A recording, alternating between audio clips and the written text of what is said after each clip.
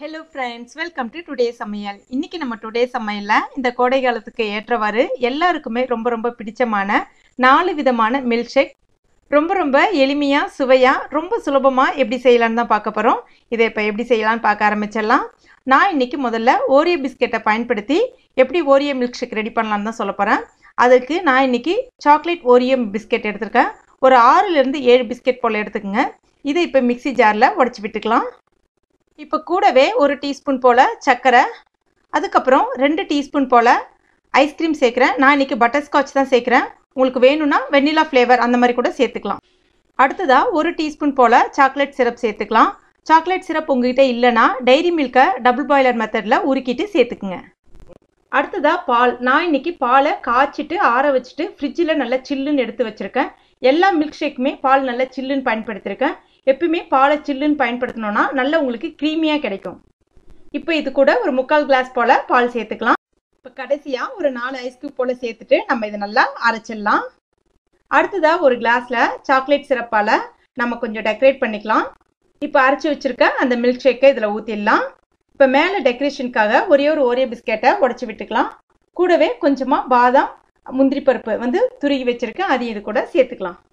இது எல்லாமே மேலே போடுறது ஆப்ஷனல் தான், வேணும்னா சேர்த்துக்கலாம். இப்போ நம்முடைய சுவையான மில்க் ஷேக் ரெடி ஆயிடுச்சு.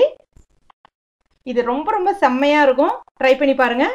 அடுத்ததான் பனானா மில்க் ஷேக், வாழைப்பழம் மில்க் ஷேக் எப்படி செய்யலான்னு பார்க்கலாம்.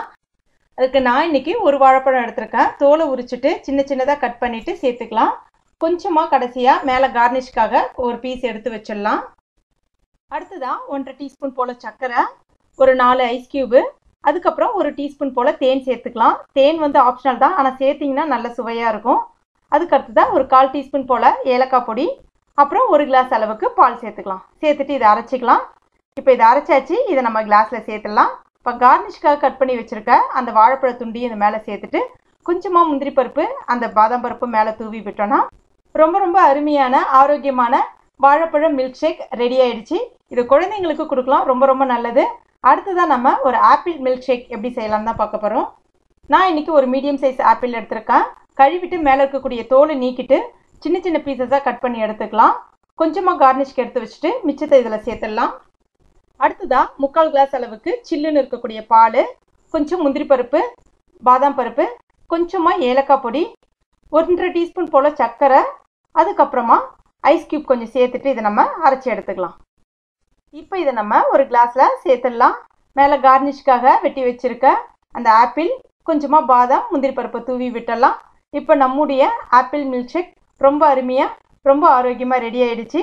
நீங்களும் கட்டாயம் உங்கள் வீட்டில் ட்ரை பண்ணி பாருங்கள்.